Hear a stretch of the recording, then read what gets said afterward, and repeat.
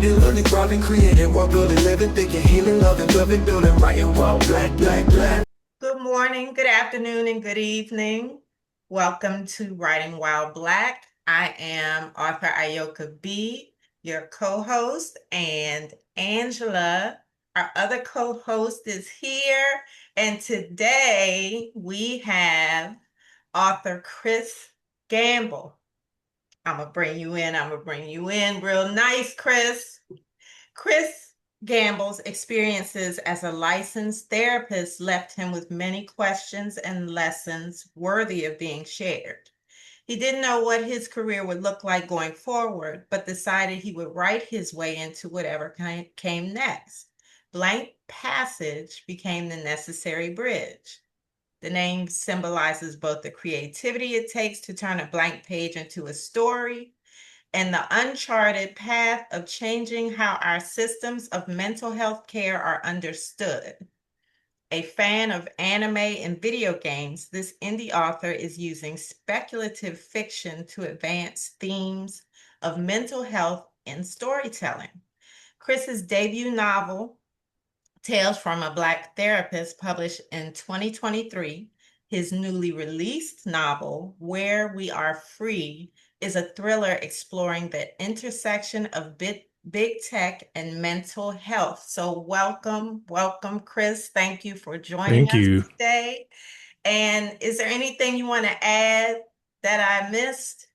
No, that was great. I forgot I had that on my website. I was like, oh, that sounds pretty good. That's a good description of my journey. Oh, no, that was great. Thank you. Glad Okay. to be here. Something else I pulled from your website that I want to just throw out there before we begin our discussion.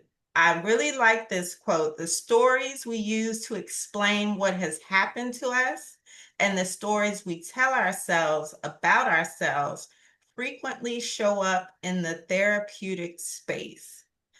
So Yes. I really, really like that. That jumped out to me. And I think so. First, I want to say something about Tales from a Black Therapist. Sure. I didn't get to finish reading it, but what I have finished, I really love this work, Chris. I really, Thank you. really do. It feels very, I forgot the most important part. We are DC natives. Okay, so it felt it All felt right. very DC to me.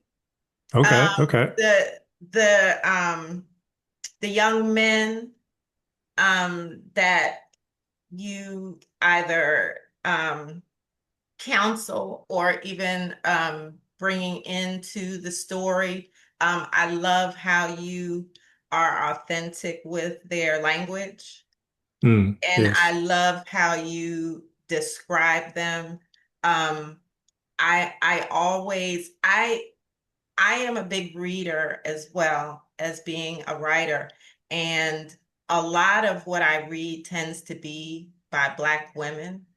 But I Mm. always love when I read a Black male author. And because I love the way you all treat your characters, your male characters. And so thank you for that. I just, especially, I guess, because you're a therapist, you probably take extra care, which I Yeah. Yeah. appreciate as well. Um, so I just wanted to make that comment, and I want you to talk to us a little bit about your debut. Sure. Sure. No, I appreciate that. Definitely, yeah, DC shaped a lot of, well, really is all of my experience in the mental health field. I've lived in DC for 11 years. I actually just a couple weeks ago moved down into Virginia with my fiance. So it's, end of an era, but definitely shaped a lot of my experiences as a therapist. So just to explain sort of the path of what led to that debut book. So it came around at a time. I always tell people like becoming an author was not some lifelong dream. It kind of happened randomly. I've always been a big reader. I got that from my mom. She was always reading, and I just kind of picked that up from her. But it was never something that I thought like, oh, I'm gonna write a book one day. In retrospect, I can see sort of the path. Like I could see times where I wrote a little bit of poetry in like a random notebook. I can remember like a writing class from high school where I really enjoyed that, but it still never put into me like, okay, I want to write a book. But it really came around. So this was like August of 2020. So kind of the in the thick of the pandemic, sitting around, not a lot of things to do. And it also coincided with honestly just a really negative job experience. I I've always enjoyed my work in the mental health field, working with clients. Like that is the best part. Just and I work mostly have worked mostly with kids and families. I've actually like transitioned out of direct client work, but I can explain that. But yeah, working with kids is always a lot of fun, even as they have a lot of uh, tough and serious things that they're going through. Just those interactions are always the best things about it. But the job I was at the time, there were just many things going on that made it a difficult job, a stressful job. And as the pandemic hit, things just got worse. And I was looking. It actually, yeah, kind of aligned. It was sort of the same time. It was like my last week at that job. There was this really random experience. So as you mentioned in the intro, I'm a big anime fan. I love just all animated stuff. And I was watching an animated Batman movie. It's called The Dark Knight Returns. So for anyone listening, if they're familiar, it's the story. It's not The Dark Knight Rises. That's the uh, what's his name? Christopher Nolan movie. But the Dark Knight Returns is an animated film where it's like Batman 10 years after he's retired and he comes back. Really cool story. But well, backing up a little bit from that, as I was exploring just transitioning out of this bad job, what I was going to do next, I felt like there was so much that I had been through that I felt like my other peers in the field, I wasn't hearing those same experiences from them. And I just really felt like I needed to get that out somehow. Like somebody needed to know this. And that was my first idea to write something about my experiences in the field. And, I naively thought that I could just kind of sit down at a laptop and just something would leave my hands and onto the page. And initially I was thinking maybe it would be like an essay collection, something just really describing my experiences, but just it just wasn't coming together. But that random night where I was watching that Batman movie, something just kind of clicked. And really it was looking back on it, it was just sort of this pure jolt of inspiration. And it just kind of hit me like, oh, I should write fiction instead. Let me put my experiences into fictional characters and explore the lessons I've learned that way. That would make it easier to where I'm not, actually talking about real clients. I'm not talking about coworkers or whatever. Like I can just explore what it is I've learned from these events. So that moment actually sparked the idea for what would become Where We Are Free. I actually have it next to me right here. So that sparked the initial idea for the novel that just came out. But in the process of exploring that idea, I kind of found out that writing a novel is difficult. Surprise, surprise. And so I was just exploring different ideas. I took a couple of writing classes, and one of the classes I took was the the introduction to the short story. This is through the Writer Center that's based in Bethesda, Maryland. And in that class, the final assignment was to write an anecdote. And so in that class, in the different exercises, like I was trying to explore because a lot of my ideas I was coming up with were with mental health themes very central to it. But with this class, I was trying to just kind of expand my mind, write about different things. But for this last assignment, I was like, okay, let me go back to something with a mental health theme. And so I thought of a particular child that I had worked with in a particular moment that was impactful for me. And I was like, okay, let me write this like from the perspective of somebody else though. So it will be kind of like a fictional anecdote in a way. And when I submitted it, The other people taking the class gave some positive feedback. The instructor gave positive feedback. But the one piece of feedback that he said that kind of I didn't like it initially, but he said something to the effect of like, this is a really good framing for the story, but if you wanted to make it more of a story, you need to dive into like who this character is. And so I initially took that negatively as like, wait, is he saying this isn't even a story? Like I thought I just told a story. But it then sparked the idea for me of like, okay, whoever this guy is that I'm writing the perspective from, I can dive more into like who he is. And it also made me think I have plenty of other stories from my career that I can put into a fictional setting and tell my story that way. And so that's what sparked the idea for Tales of a Black Therapist. So um, structurally, it is a series. It's kind of, I would say it's sort of a combination of a short story collection and a novel. It like there's 8 short stories interspersed between the broader narrative, um, where it is this sort of veteran counselor that is talking to a student that also wants to become a counselor, and he's sharing his career experiences through these short stories. And so yeah, what I did was again to not talk about clients or real experiences. I would just think of what was a lesson I learned from something, or what was something that I from my career that I think people should know about, and then I would just create a character around that. And so that's how I came up with all the different stories in there. And then yeah, from there kept exploring more ideas, fleshing out that initial idea again that became Where We Are Free. But yeah, that's kind of how I arrived at my first book. Okay. So I want to shift to Where We Are Free. And can you hold up that beautiful cover for us again? Sure. And I love the title. I love the title and I love the cover. Yes, I Thank you. love Thank both of you. the covers. The Um, cover is so layered. Like at it first it is. just looks and then it's like it's there's layers to this. There's Yeah, layers. it is. Thank you. Thank you.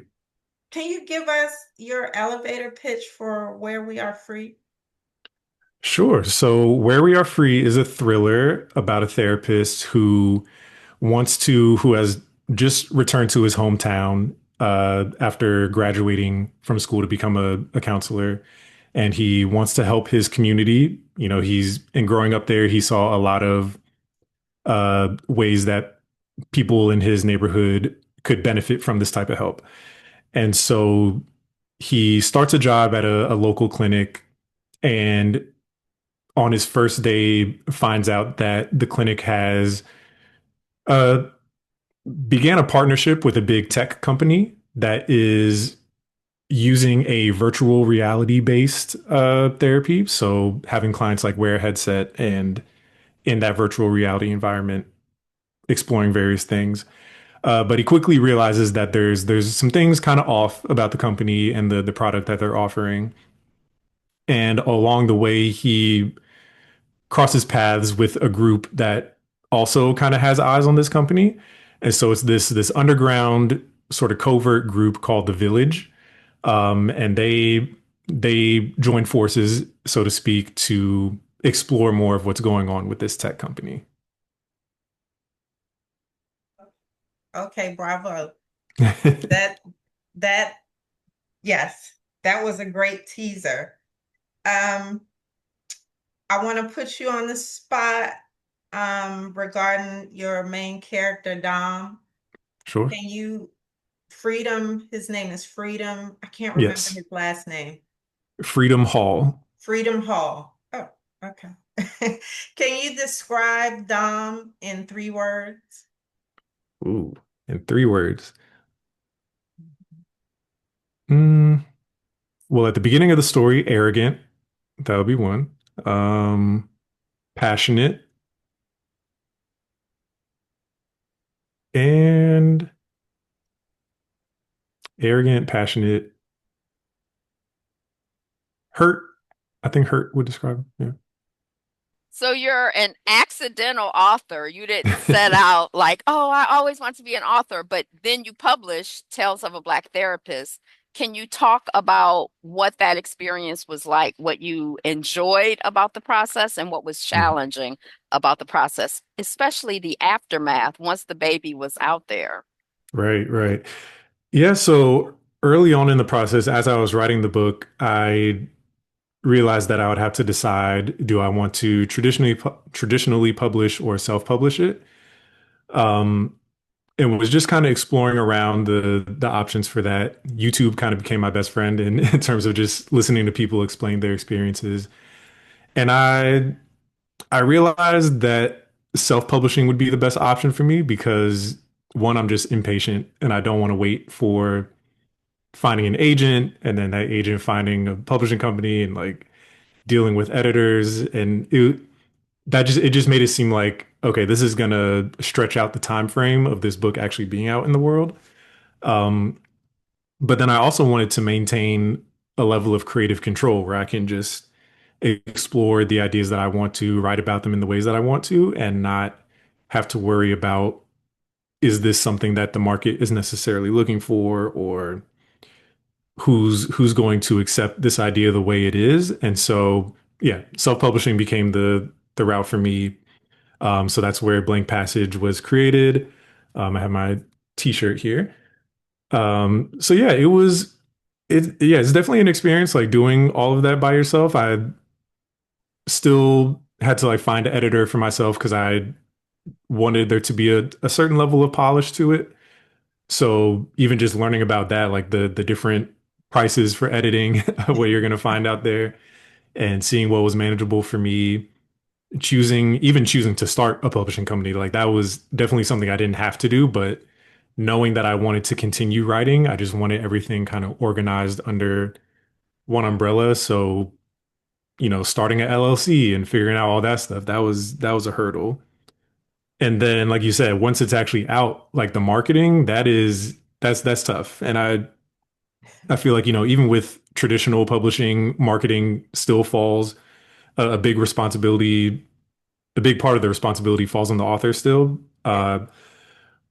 But yeah, it's tough. I would say like I feel like I always have like this big plan of how I'm going to market, even with Where We Are Free that just came out.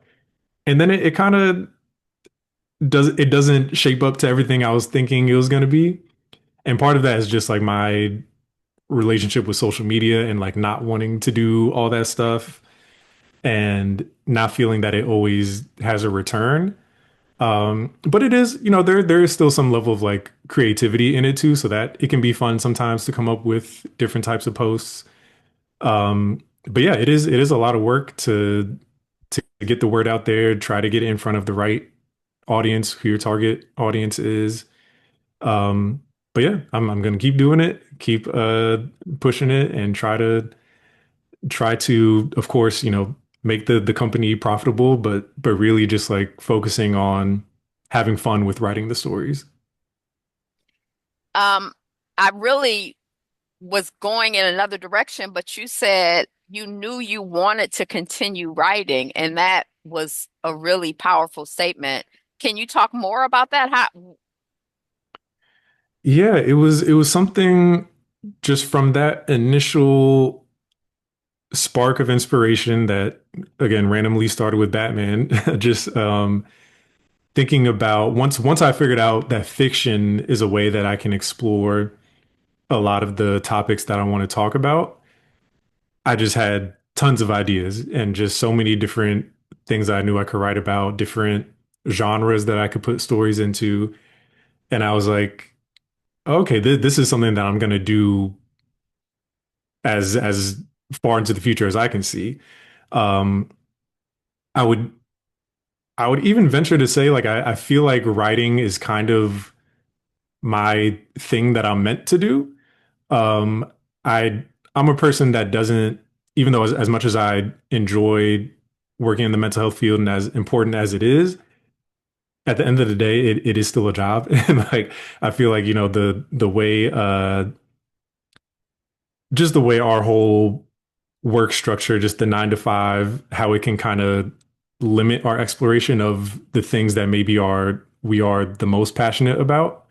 I do feel like writing is sort of my thing. it, at least right now, I don't see it being a full-time job.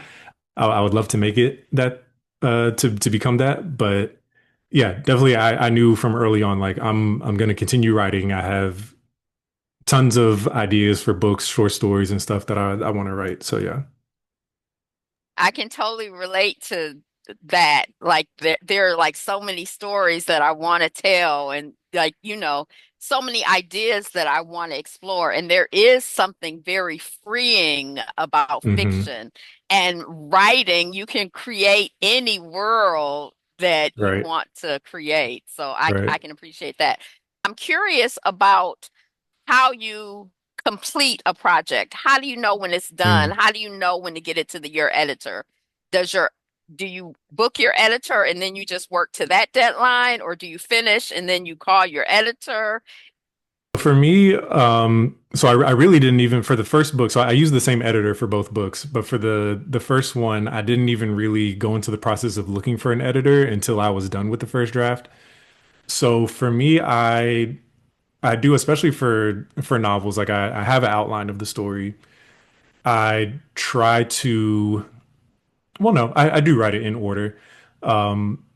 And really with the first draft, the thing that I'm trying to get more comfortable with is like your first draft is going to be messy. Like it in a way it's supposed to be kind of bad.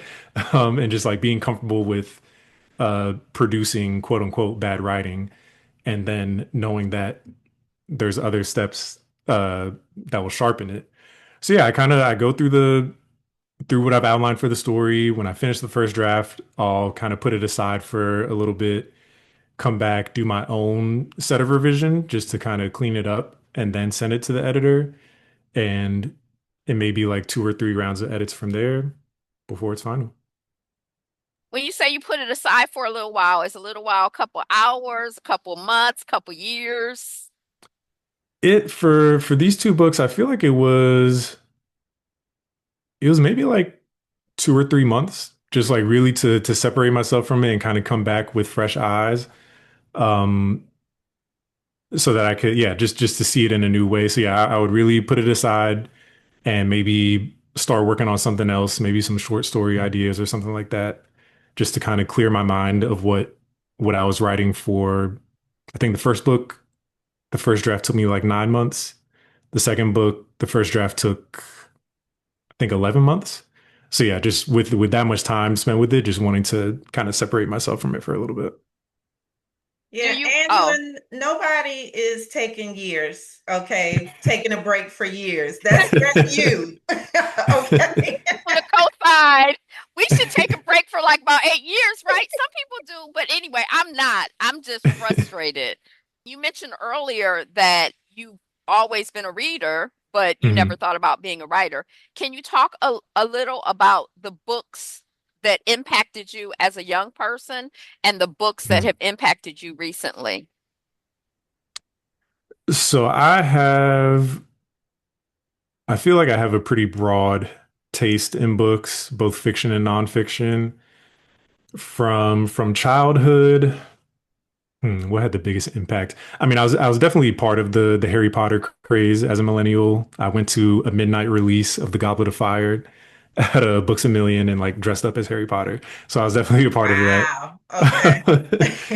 that. um, I'm trying to think like what really had an impact on me as a kid. For some reason, a book that always comes to mind when I think of childhood is The Watsons Go to Birmingham, like a very, really like heavy book, but for some reason that Yeah. comes to mind from childhood.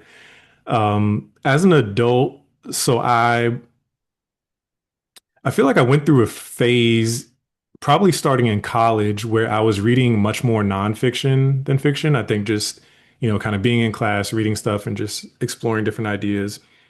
And that continued for a while where I would say like 90% of what I read was nonfiction. And it wasn't really until I started writing that I was like, man, I need to get back into fiction. Like it was, uh, I would just sort of every now and then read fiction, like maybe some like classic novel here and there, but like staying up with the contemporary writers and stuff, I was way behind on stuff. But of recent, what has been really impactful? Well, I really enjoyed the short story collection called what was it called? I believe it's, ooh, is it Out Here Screaming? It was edited by Jordan Peele. It's a horror story collection. I want to say it's called Out There Screaming, something like that. But that was really interesting. What else? The Other Black Girl. I really enjoyed that novel. Um, the one it was made into a TV show for Hulu, and interestingly enough, I actually went to college with the author. I kind of we were acquaintances, sort of, but that was a really good book. Yeah, I would say those have been the ones that I've enjoyed recently. In your writing, as I was reading the therapist book, Tales from a Black Therapist, is that the title? I'm sorry if I'm Tales of a Black Therapist. Mhm. Tales of a Black Therapist. As I was reading, I felt like there was this passion um in your work, like a passion for Black people, a passion for therapy, and I'm curious if you have a mission for your work, if there's Mm. an intention, like what do you want people to leave your work with? Yeah, definitely. There is, I feel like broadly speaking, there's just a lot of narratives about mental health that are out there in the world. Um, in recent years, social media has contributed to a lot of other narratives where we're now in this era of AI and like its impact on the mental health field, the impact on teenagers, using AI as a companion or therapist and all this stuff. So what with my work, I want to bring a different perspective than is in the mainstream. I think there's a lot of examples in movies and TV shows of where their mental health may be a topic, but a lot of times it's very stereotypical. It's, the serial killer that has schizophrenia. It's, um, or just very exploitative. Like it might be about a character with an eating disorder, but it's not framed in a way that you get anything helpful from it. It's just like this sort of gratuitous, like seeing somebody suffer. And so with me, like and I don't know if this is because of my training as a therapist, but when I think about mental health, like I don't think about darkness a lot. Like it's a serious topic, but it's not, when I think of it, it's not like a heavy thing. But there's a lot of nuances that I want people to understand, both about kind of their own mental health, but also from a structural level, just sort of our social, political, and economic systems that ultimately in the end impact our mental health. And so with my stories and putting Black people at the center of the stories, I want to be able to explore topics related to mental health in a way that's engaging and kind of fun. Like I think with Where We Are Free being a thriller, like it feels like a thriller. It has the pacing, it has the, maybe not action, but like it has these moments that kind of grab you. But intertwined is this story about this company using virtual reality for mental health treatment and exploring just different ideas about what mental health care looks like for Black people, what it looks like for those in neighborhoods that are kind of neglected in other ways. And so, yeah, my mission is to, with my writing, is to really explore a lot of these topics in a way that people can maybe change their understanding and understand in a more nuanced way what mental health is, what like I said, all the systems that impact it. I think with the first book, Tales of a Black Therapist, even understanding more of what it's like to be a therapist and just how what it's like to navigate the field as a professional. Um, so yeah, that I would say that's my broad mission with my writing. So I noticed with my husband, who's also a writer, Mhm. that there's a frustration. Ayoka mentioned a moment ago. Oh, when I read, I mostly read Black women, but I love reading Black men. I notice that he's frustrated sometimes connecting or finding other Black men writers and finding Black men readers, and like Mhm. there's just so many Black women in the space. I'm curious about your experience or your thoughts, if you have any thoughts about that or any experience with it. Yeah, so So I think I have I'm naturally drawn towards Black stories. There's been different times where I like, okay, for this year I'm gonna intentionally try to only read Black authors. But I think just like the topics I'm drawn to, maybe they sort of naturally end up being Black authors. Um, as far as Black male authors, on the spot right now, I feel like I'm not gonna be able to pull names.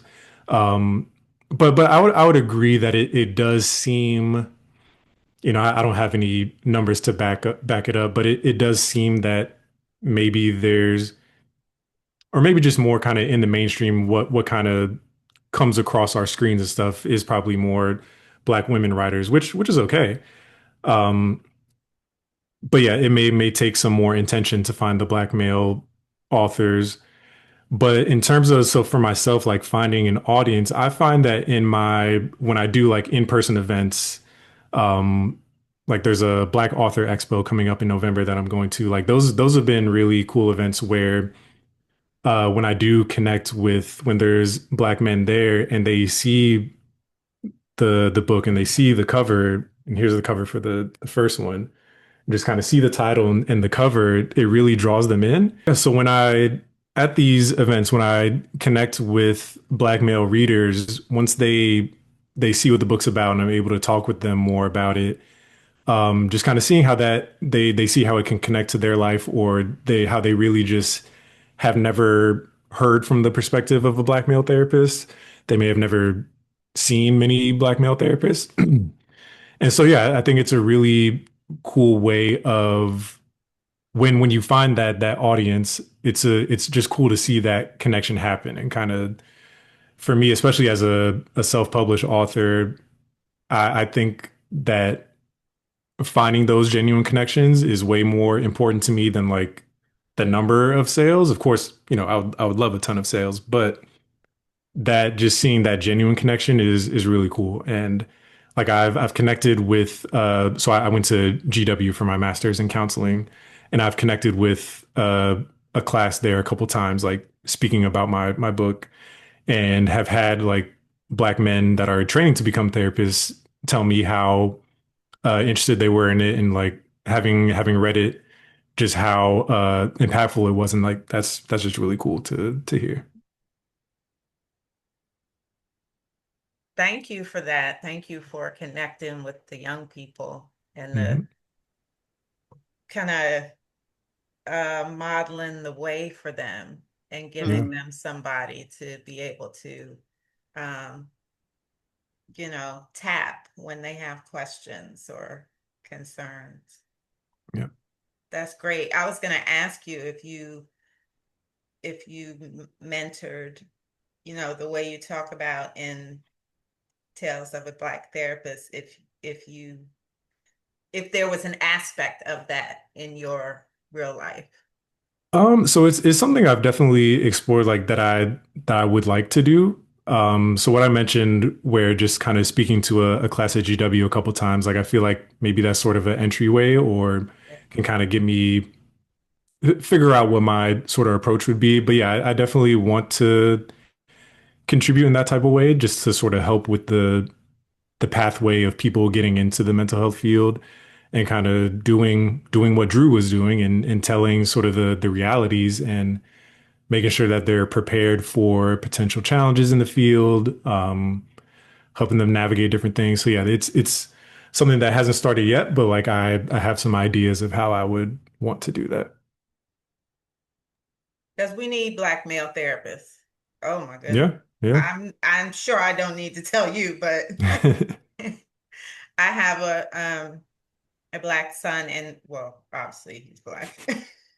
Well, no, I guess in theory I could have adopted Adopt, yeah. some Mhm. other race, You can but have a biracial um son. I do not. um but when he was young, he's 17 now, but when he was in elementary school, we went through this hard phase. I didn't know what was going on, and I had to search for one. At the time, luckily, I had a friend who was an executive director of psychologists. Association of Black Psychologists. Yes, Yeah. yes. And because I didn't know where to start in terms of looking. Mm, And she gave me some recommendations. We were still in DC at the time. And so finding that she actually connected me to a female therapist, but within the practice, it was an Afrocentric practice, and it was not mm, far from where we lived at the time. It was in Southeast DC, and um, her client roster was full, and so she referred us to someone else in the practice who was a Black male, and so it happened, I mm. think, the way it was supposed to, and he Yeah, was, I mean, fantastic. But that's great. enough about my previous woes. Um, we're here at the end of banned books week. Um, Mm.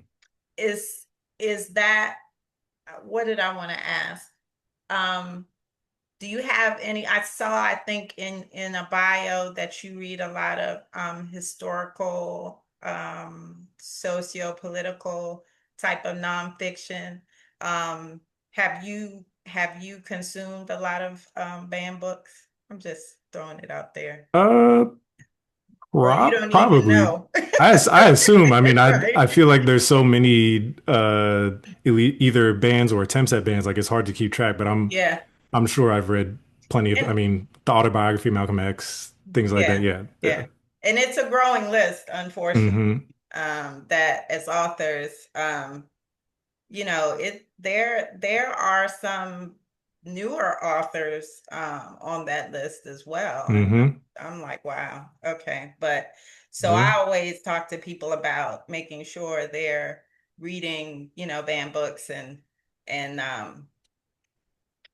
going to the library and their local bookstores, because they tend to have the public libraries tend to have the Right. copies of the banned books. Our children, unfortunately, their school libraries seem to be the most impacted, at least right now, when it comes to Hmm. banned books. Um, Do you have a favorite author? I know that's probably a hard question, but I'm gonna throw it out there. Favorite author other than myself. Favorite author. Yes, it can be you. Come on, um, Chris. Chris said it's him. I would say. So I don't know that I have a favorite, but authors that I enjoy reading, they may be kind of typical, but James Baldwin, Toni Morrison. So I have sort of a strange, maybe it's not strange, but I have a real, I would say kind of a deep interest in like classic Russian novels. So like Dostoevsky, Tolstoy, like part of it is just like challenging myself, reading Anna Karenina, like that. I don't know why I did that to myself, but it was just like, okay, I've read this huge book. But yeah, those are interesting, just like in the way they really are able to describe the intricate details of Russian life. Um, yeah, that's what comes to mind for me now. That's interesting because I've read I like to read about different cultures, Hmm. people from different countries, because for me, I think it's important to um, understand their perspective, their world perspective. Hmm. Um, and I have one of my favorite authors actually is she's Afghan, Mm. Nadia Hashimi, and she's a wonderful writer. But yeah, I think it's important. As much as I mostly read Black authors, I enjoy reading authors from different countries and continents. Yeah, definitely. The interview we just did last week, we talked a lot about mental health and the importance of Mm. mental health. So, and normalizing getting support, and the fact that as Black folks, we need so much support, and we've been through so much, not just as individuals, but collectively. Right. and for generations, just like we have so much, not just as individuals, but collectively and for generations. But there was a scene in your story, I don't want to, or story in your book that seemed a little different from the other stories. Hmm. The scene where the two therapists start working at the company, um, it seemed different from all the other stories to me. Was there something different about that story from your perspective? This was in Tales of a Black Therapist. In Tales of a Black Therapist, you know what I'm talking about? I'm sure One where. person, there's two different people start Oh working yes, at the yes, yes, same yes. company.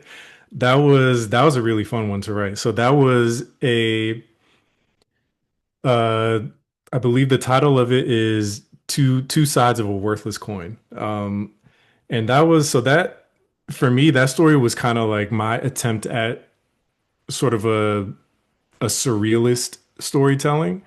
I would say it is like for anyone that watches Atlanta, as I was writing it, I was kind of picturing is sort of happening in that type of world where, weird stuff is going on, but it's exploring like this, important social topic. So yeah, for me, it was with that story, it was exploring, and in the context of the book, uh, Drew was, I believe, at that point in the book, he's trying to convince the student Amir about he's trying to convince him about something, and he's kind of at this point he's told him a series of stories and he's kind of run out of stories, and so he just like makes something up. And that was how I framed it so that I could just like do this weird like surrealist story. But yeah, it's these two therapists that go into this practice where it's essentially exploring what it's like to be the only black person working somewhere, and like you've been recruited for your blackness pretty much.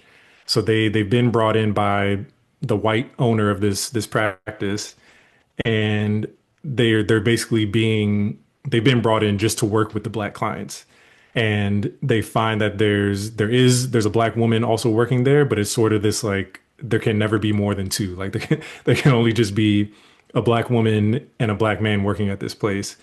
And so yeah, it was a fun way for me to explore the two different sides of the first person in that scenario. He is very much resistant to the idea and kind of uh rebukes the idea of like, I'm not going to just be used as this token.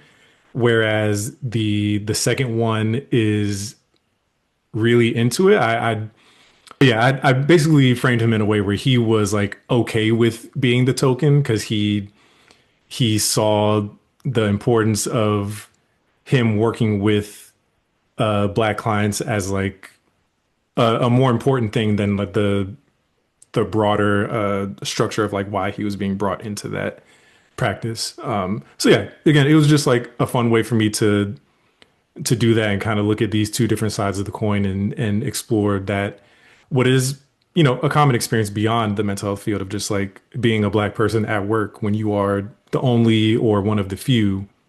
What is that experience like? What type of things are you asked to do? And how do you respond to that? And the client perspective, the therapist saying, you want da da da da da da da da, da, but it's sort of it's counter, it Hmm. doesn't fit with the situation that we're in. That moment was a little, I don't know if heartbreaking, but that's something that I wanted, it stuck with me, and I really wanted to dig more into it and think more Yeah. about that. So I really appreciated you bringing that to us. Yeah. And yeah, so all right. So congratulations on your engagement. One of the questions I love to ask is, what do you love most about your life? And we're good. Aside from your impending marriage and Right, right. what do you love most about your life in general and your life as a writer and as a therapist? In general, uh, I mean that's so I'll say, and this is if for those that pick up where we are free, you'll notice in the dedication and in the acknowledgments, My mother passed away last year. Um, it was like a couple days after I finished the first draft of the book, which, not related, but just timing. And yeah, so in this past year of navigating grief, I mean, I feel like I appreciate life itself and just, the time that we have. And it's for me, in one of the ways it's impacted me is it kind of in a way opens up the possibilities for life. It because it makes the finite nature of life very concrete. It's like, okay, this is going to end. But like I knew it conceptually, now I really know it. And it really just opens up like, okay, well, with the time that you're here, well, what are you gonna do with it? And it just opens my mind in some ways of like enjoying life more, um, trying to be more adventurous or outgoing about things. So yeah, I would say what I appreciate most about life now is just the people that I have in my life that I know support me, um, the opportunity to like show my creativity to people, and yeah, just knowing that I had a mother who have a mother still in ways that really encouraged my reading that led me to this point, and I'm just very very appreciative of that. I'm sorry to hear about your loss. Thank you. Yeah, that's a or your it's a transition and but it's Hmm. still a loss. So Yeah, yeah. So, Chris, can you tell us what does writing while Black mean to you? Writing while black. So in general, for me, writing is a practice of truth telling. I feel like what you put on the page, once it's out, you have to stand behind it. Like there's no going back and changing it. And so I think writing while black, especially like with the topics that I write about, is not being afraid to write what I know to be true. In Where We Are Free, the village, this group that Dom comes across, they trace their roots back to Maroon community. So the Maroons, those that escaped from slavery and formed independent communities. And so like writing about those things in a way that is like this is real history that a lot of people may not know, but it should be known. And being able to really just stand on those ideas and push them forward and not be afraid to tell the truth about real things that have happened and how they relate to our lives now and how we can draw inspiration from them. So yeah, I think that's sort of uh, I won't call it a duty as a black writer because I think there are many things we can write about, but I do think that there is a duty in a way to tell the truth, whatever that may be. as an artist, I feel like that's our responsibility. Tell the damn Yeah. truth. What you know, if you're not doing that, then what Right. it's weak. It's weak. What are we Just Right. doing? yeah, just go on and sit down somewhere with that. If you're not gonna tell yeah, if you're not gonna tell your truth, whatever it is. Yeah. So what do you feel like you have a support system as a writer? I heard you say you have an editor, you've worked with them twice now. Hmm. Do you feel like you have a support system? It's it's a small support system. It's one that I'm working on. Like it's interesting. Like in DC, I would say there are a lot of sort of writing communities, different organizations that host readings, that host classes, of course. Um, and I've met people through that I've a couple of people who I were beta readers for Where We Are Free. So definitely like have those connections of people that I know I can like ask them questions or at different events we can check in with each other, hang out, whatever. And so that has been good. But I would say I like there's still aspects of a writing community that I'm looking for. Like I would like to have sort of a dedicated writing group that just hasn't really materialized yet. But yeah, there's a lot of opportunities, but just like finding the right fit for me is an ongoing project, I would say. What I know what my ideal writing group looks like. I feel like I want like the Black Arts Movement type people in my group, Right, right. but who are like, "Brr." But what does your ideal writing group look like? What is your writing community? Definitely a black writing group. I again like with going back to the truth telling aspect, like I would want a writing group where, there's no hesitation or worry about how people are gonna read something or whether they're gonna think this is too much or whatever. So yeah, that I would say. So one thing I found is that with my writing so far, like I have ideas for like a lot of different genres, so I'm not really genre specific. And I feel like there are really strong communities that are genre specific. Like the horror community, I think is great. Like they do a lot of cool things that just really strengthen that writing community. So I would also want my writing group to kind of be cross genre so that like all things are welcome. Um, but yeah, and also like not overly pretentious or like too serious about yourself, like having fun with it. I think that's important so that it doesn't feel like a weight. Like writing is difficult, it is challenging, but I think when we come together and as we're supporting each other in our different projects, I think it should still feel fun. I always like to ask people if they have a mailing list, like if they do a newsletter. Do you do anything like that? I don't have a newsletter, but people can follow me on Instagram. It's at Chris the Counselor, Chris underscore the counselor.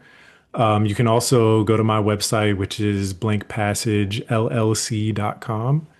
And that's where you can stay up to date on things. Angela, I'm in earnest in starting my newsletter, so that'll be a whole interesting thing. I've fought against that. It's interesting when we talk to people how it's really, I was kind of like, oh, forget about, but being talking to people, it kind of makes me want to. I have a mailing list started, but I haven't done anything Hmm. with it. Yeah. Mr. Chris, is there anything else that you wanted to say or that you were prepared to say or that you wanted to share that we neglected to elicit from you? I think we covered it all. This was great. Good, good. And I didn't know today is World Mental Health Day. So It is, I'm yes. glad that we're having this conversation on this Right. day. I'm very glad that and maybe it's been going on. I just haven't read it, but I am glad to see more people incorporating mental health, more Black people incorporating mental health as central themes in their stories. Um, Yes, yes. as Angela mentioned last week, we had a writer that mental health is central to her story as well. I've read a couple, but not as it was kind of in the background. It wasn't as Hmm. intentional. And I actually think all of our work is low level mental health work because it's art therapy for us as oh, writers definitely. so I Mm. mean, But I'm and just then as saying, Black folks, making it intentional, yeah. um, and making it a central part of the story. Um, I was a beta reader for someone who um it is central to the main character of her story. So it's I'm glad that people are doing that Mm. because Yeah. we know that uh especially generationally, but we know that there are a lot of people in our community who still view therapy as something that we don't do to Right. our Right. detriment. So glad to see it. That's all I'm saying. Yes. We glad you here. Stay out here. Stay up. Stay strong. Keep I going. will. I will. Yeah. I'm really excited to read. Oh, wait, let me wait. Hold on a second. I, I'm really excited to read Where We Are Free because I love the title, I love the cover, and Yeah. I love the little blurb. So I'm Yes. very curious. I'm excited to Thank read you. it too. I read a sample of that one, but I'm eager to dive into the book. Thank Does you. it Yeah. feel It's a very thick different? one. I like it. I like when they're big books. Yep. Does it feel very different to you from Tales of a Black Therapist? Yeah, it feels more like I'm kind of diving deeper into kind of creating a different world. You know, Tales of a Black Therapist, although it's fictional, it is very much realistic. Where We Are Free, there's aspects of it that are realistic, but I like the weird stuff. Like I like shows like Black Mirror where you can explore real life topics in kind of a strange way. So I feel like this gets me into where I'm really like fleshing out this world. And I will mention that this is just the first of what I would say many different projects in this kind of story universe.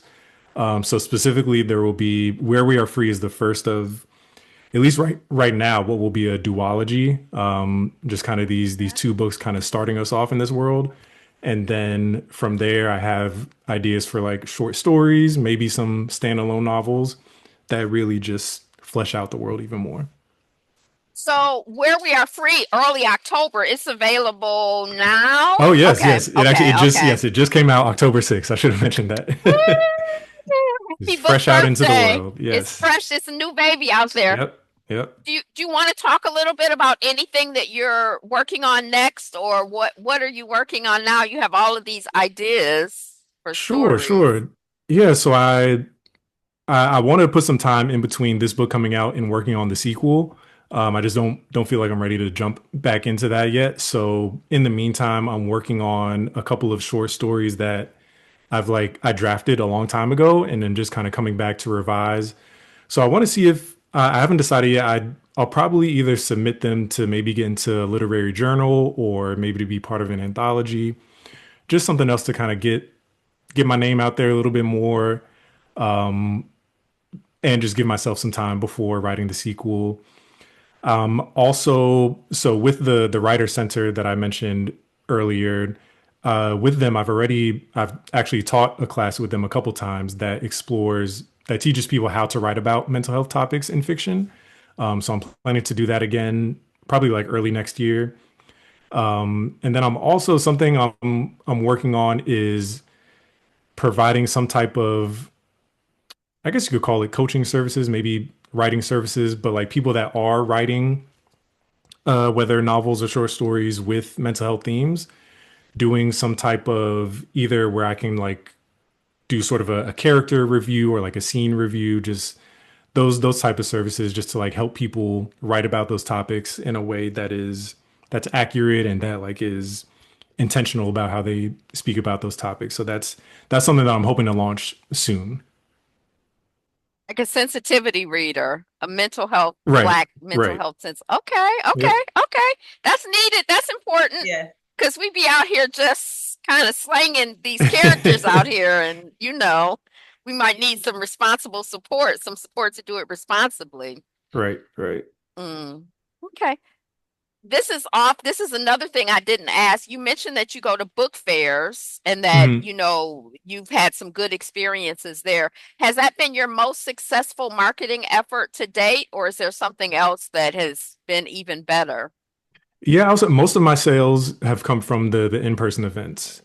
So I think that is to me that's really the best way to just like get in front of people, be able to talk to them directly. You know, social media, I just for me like the way the algorithms work now, it's really hard to like gain new people from that. It's something where I can inform the people already following me, but at least I so far have not seen the success of it kind of like growing uh sales like that. So yeah, the in person has really been the most impactful for me. All right. I think I really have truly asked all of my questions. I wound down and then I'm like, I got 20 more questions to ask you, but I'm finished now. All right. So thank you. I want to thank you so much for being our guest on Writing While Black today. It was a pleasure meeting you. It was a pleasure reading your work, and I'm looking forward to. I guess it's time to get where we are free, out now at Yes, yes, all of everybody get the booksellers, that. Ingram Spark Bookshop, Barnes and Noble, Amazon. So Yes, yes. I'm curious about the evolution of your writing. I'm interested to see. So Thank you. Thank you for having me today. yeah, yeah. All right. So I got my pen. All I have is a basic little black pen, and I got my fist.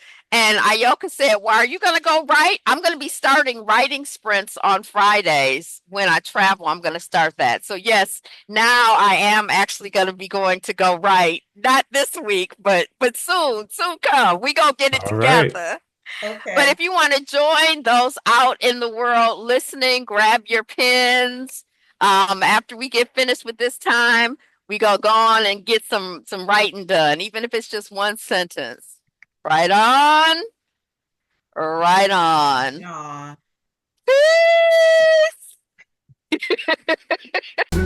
Reading, learning, growing, creating, while building, living, thinking, healing, loving, building, writing while black, black, black.